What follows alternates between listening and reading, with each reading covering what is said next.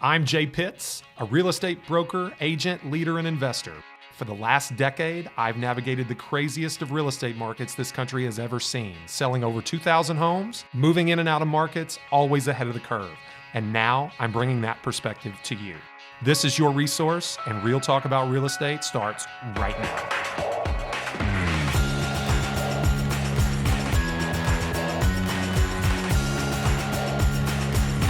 And we're back, folks. Welcome back to Resource, Real Talk About Louisville Real Estate. I'm your host, Jay Pitts, broker owner at RE/MAX Premier Properties, leader of JT Pitts and Associates.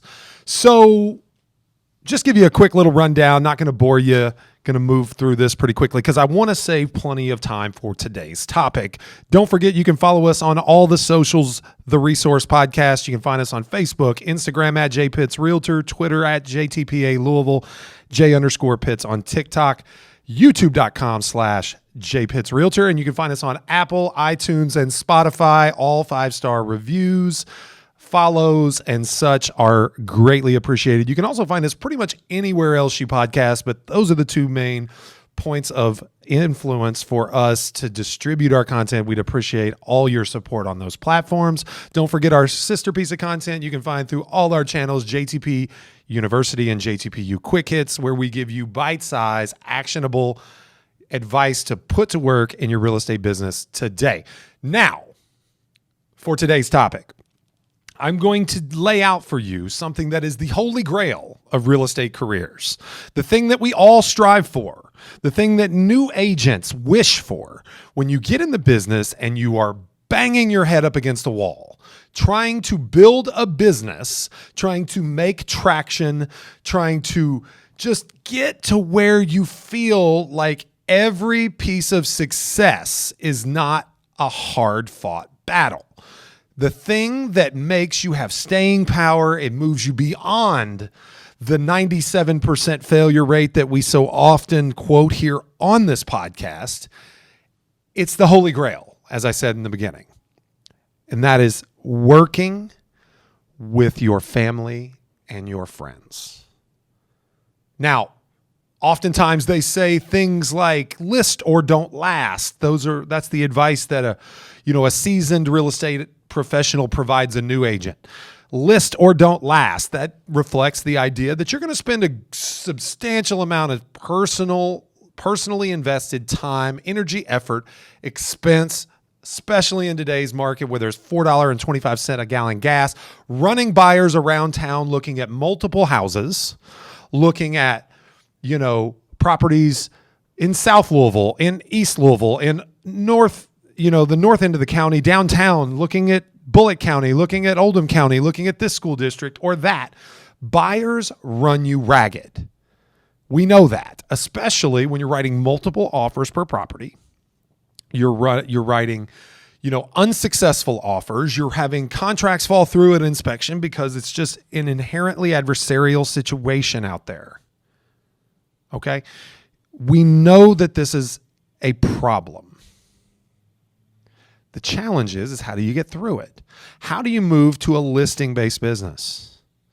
We all know homeowners that are family, that are friends, that are, people that we, see at a barbecue. We also probably all too well know that kind of inherent, unease, anxiety, that fear that you're going to be a sleazy salesperson, that you're going to be someone that they don't want to see coming their direction when they're at their daughter's birthday party, when you're there, at a family function. You don't want to be that sleazy salesperson. But I'm going to excuse all that because, I don't think I can adequately explain to you how to go about making friends with those close to you in a 30-minute podcast episode. You're going to kind of have to do that on your own, right? You kind of have to be somewhat inherently likable to have some success in this business. I won't reset for you the things that I feel make a prospective real estate agent successful and the things that I evaluate for when I try to work with someone getting into the business. But likability, I will say, is very high on the list. You have to do that for yourself. I cannot do that for you. I can give you some tips. I can give you some tricks. But you have to be likable for yourself. You have to be able to go and get the business from the people that care about you the most, all on your own. Now, I'll tell you that you have two jobs in real estate. That is to simultaneously grow the size of your network while stimulating more interaction within that network, that sphere of influence, if you will. You have to do those all at the same time. Grow the size of the pie while increasing the number of interactions within the pie. Those are your two jobs as a new real estate agent. And as you do that, more and more opportunities will find you. That inbound business. Listen, it's no secret that the retention rate, that the success rate, that the failure rate changes dramatically around the amount of time where your first clients as a real estate agent start to repeat as clients. Because first time they're likely to be a buyer. The second time they're a seller and a buyer. And that's 2 times the business. Not to mention real estate being an appreciating asset. That home you sold them 5-6 years ago has gone up substantially in value, and people tend to move up purchase, and we get paid on a percentage basis. This is all simple math, guys. I shouldn't have to lay this out. But the success rate dramatically increases when that happens. But there's a way to beat that dynamic, and that's working with your sphere of influence and doing so successfully. The thing you need to keep in mind is that most people that like you, they have a well-founded opinion about you. If they think you're irresponsible, there are things in your life that you have done to teach them that you're irresponsible. If they think that you're unsuccessful, if they think that you're unreliable, you did that.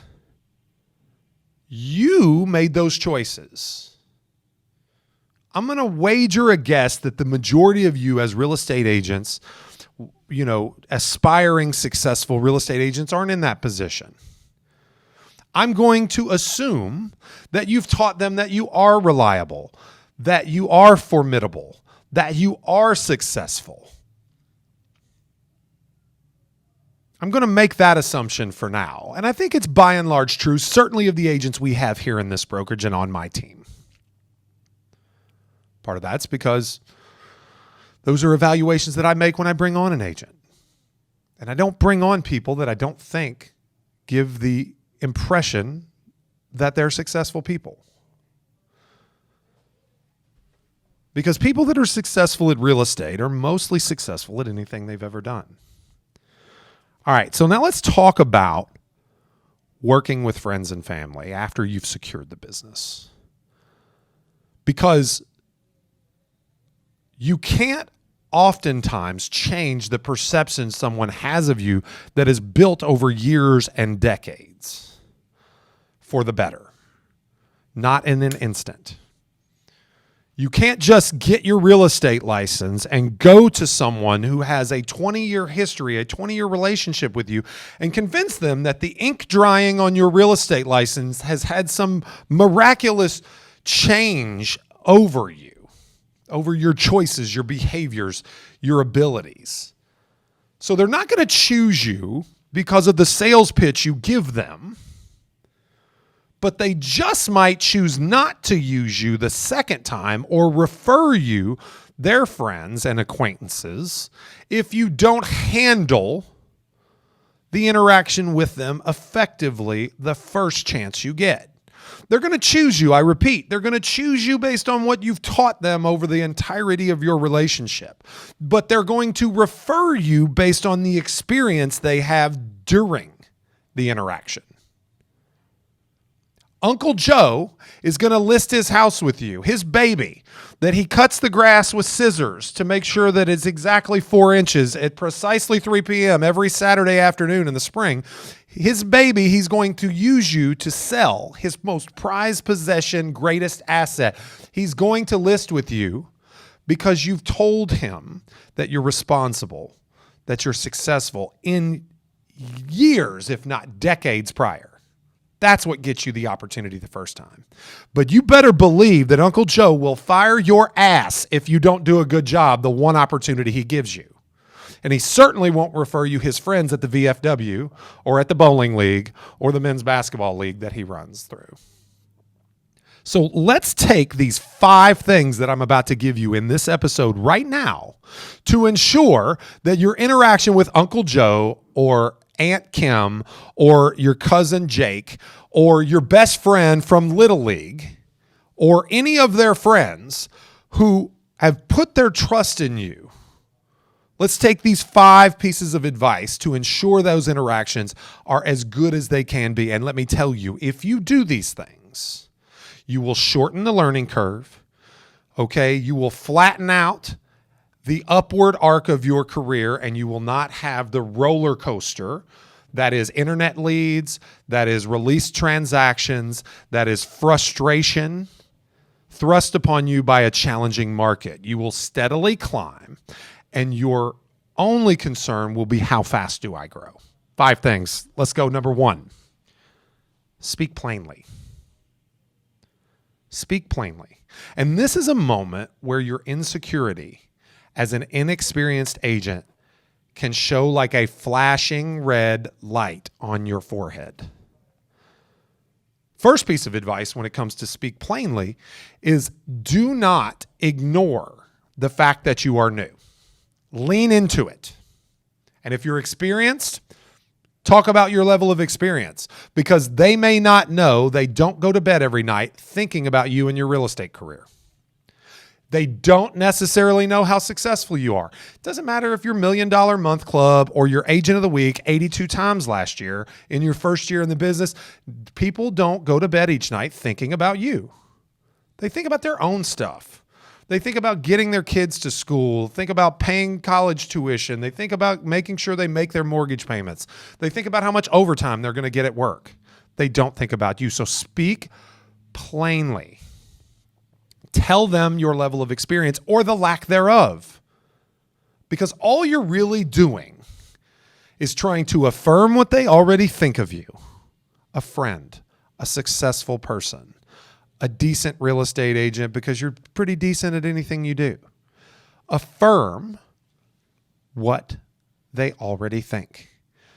And if they happen to be competing, which they won't likely be because they've already chosen you because of what you were, not what you are, okay? If you happen to be competing, which is unlikely, set yourself apart. They don't know what's better and worse.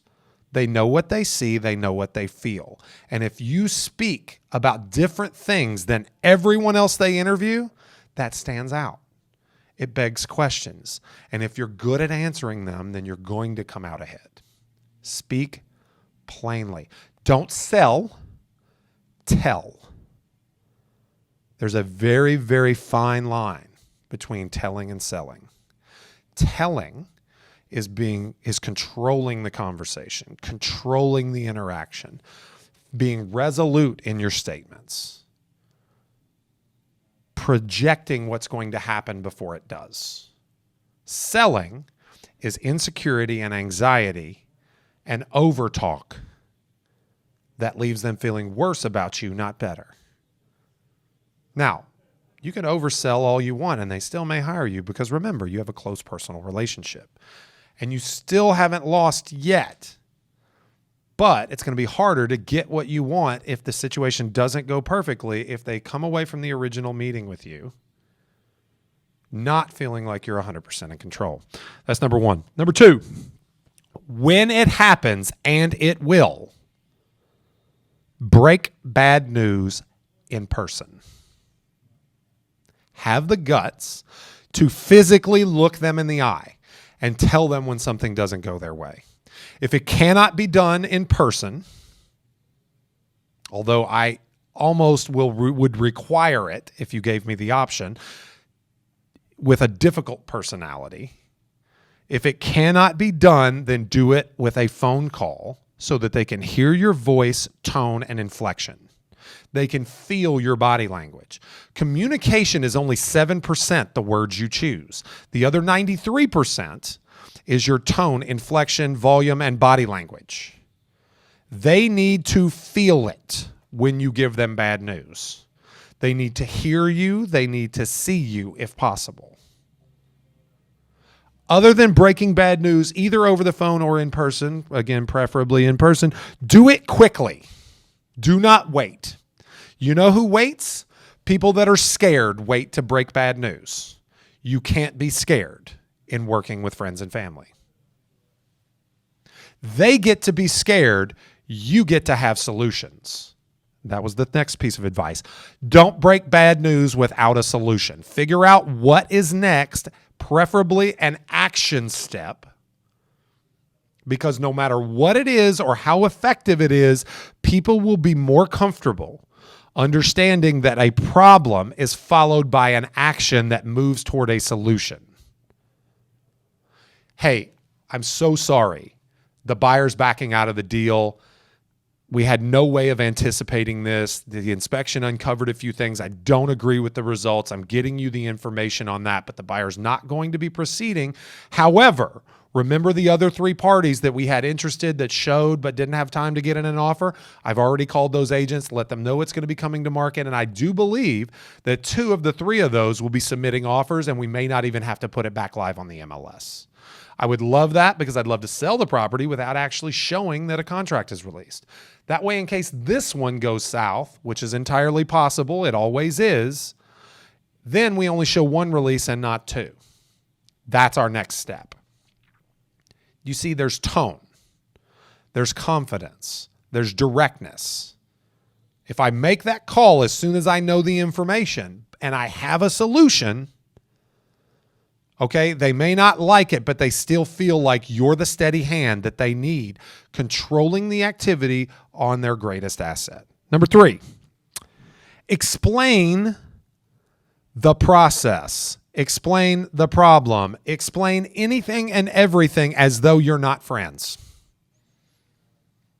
Be just as thorough with your friends or family as you would be with anyone else. They need to understand. They trust you inherently, implicitly. They trust you.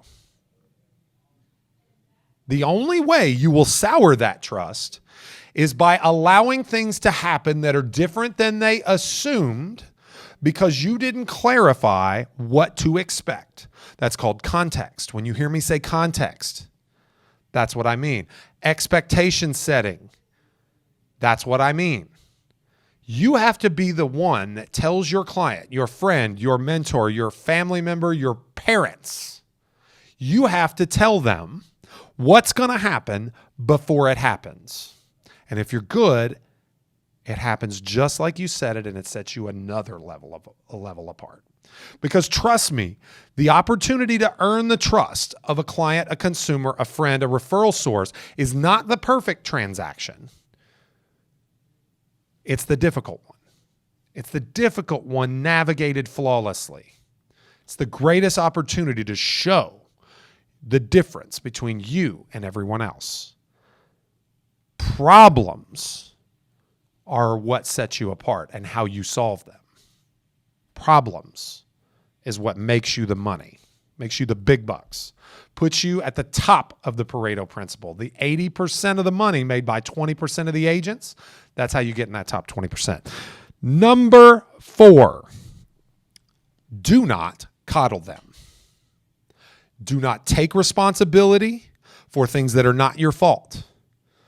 Do not talk to them like children. Do not speak to feelings. As much as you possibly can, speak to facts. Speak to facts. That's how you stay resolute. You can have empathy and not coddle.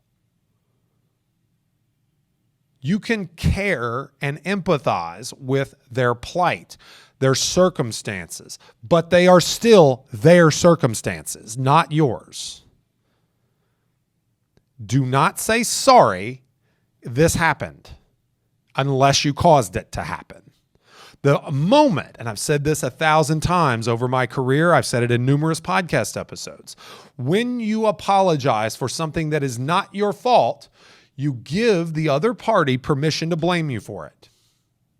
You make them think that you're dishonest or disingenuous, that you're outright lying about it not being your fault, because why would you apologize? Even if it's subconscious, you take and accept the blame for the problem when you apologize for it.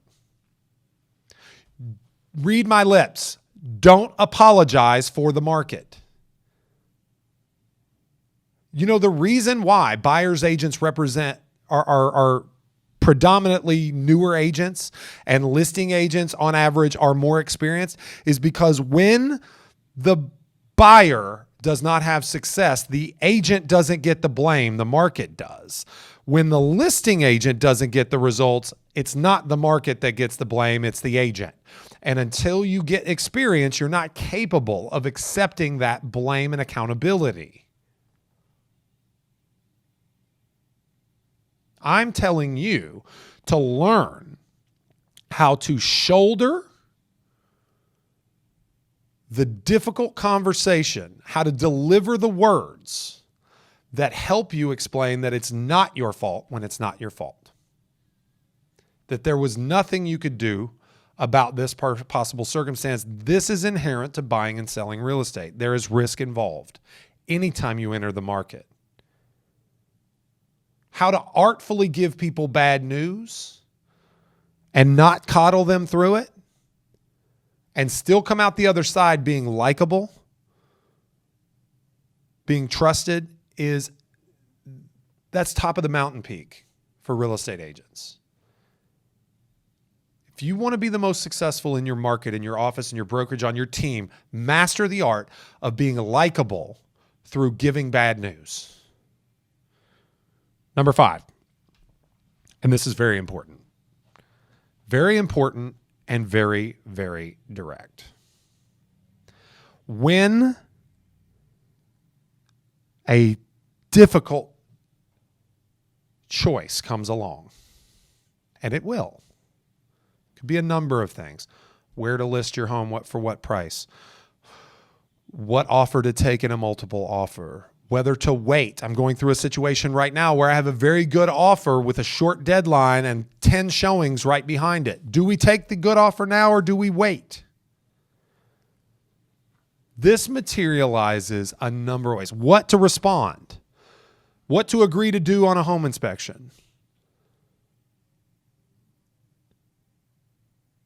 When a difficult decision comes along in the midst of working with a client, in transaction, prior to a transaction, before listing, on the buy side, sell side, anywhere and everywhere, what inspector to hire?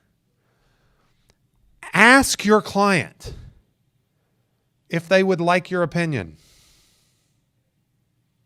Is it your opinion that matters most or their opinion that matters most? It's their opinion. They're the boss. But every successful real estate agent that I know, that I've known throughout the course of my career, takes ownership of their client's success and makes choices and exerts their influence over a transaction, regardless of what sort of risk that may create for them.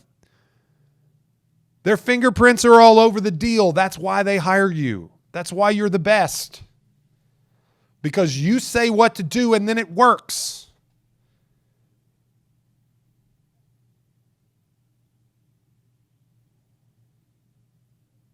Ask if they want your opinion and then give it to them.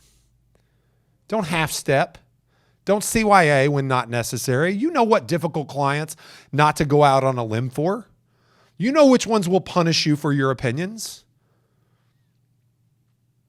You're doing them just as good a service in that situation by saying, what do you think?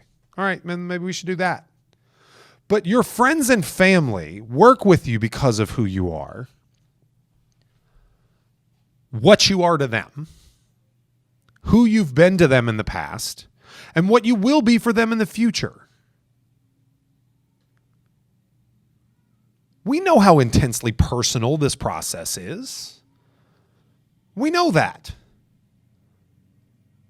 It's why most of us stick in this business, because we can't get enough of it. When the pressure is on, we execute. And we do so for the people that mean the most to us. It's a beautiful thing when it's done correctly. It's an ugly thing when it's done wrong.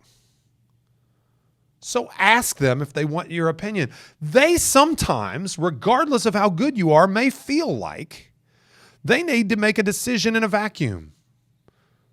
They don't want to put undue pressure on you. So it's your job to say, hey, that's what I'm here for. Do you want my opinion? I'll tell you exactly what I would do. Well, I would ask this offer for an extension of time for 24 hours before we respond. And I would tell them that if they don't want to grant the extension, then they're just going to miss out, because we're going to end up with multiple offers tomorrow. Now, yeah, of course they want to get it accepted before those offers come in, and they're trying to gain an advantage. But we don't have to give it to them, because guess what? Right now we have more leverage than they have. And yes, if it ends up being our only offer and we miss out, then that's unfortunate. But guess what? We're still at the lowest level of inventory this market has ever seen. And I venture a guess that someone else will come along that is interested in this property. Here are the superlatives. I'll remind you why they're so interested. Don't be afraid to exert your leverage.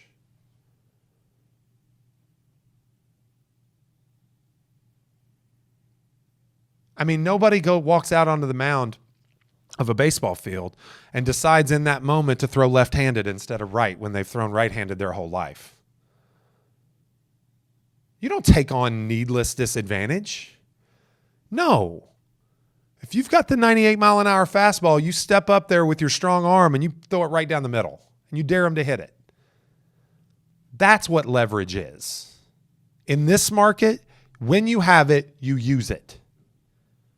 That's my opinion. What's yours? And then they'll tell you what concerns they have with the situation that you laid out. And if they don't have any reservations, they say, you know what? We're glad we hired you. Do it. Do it now.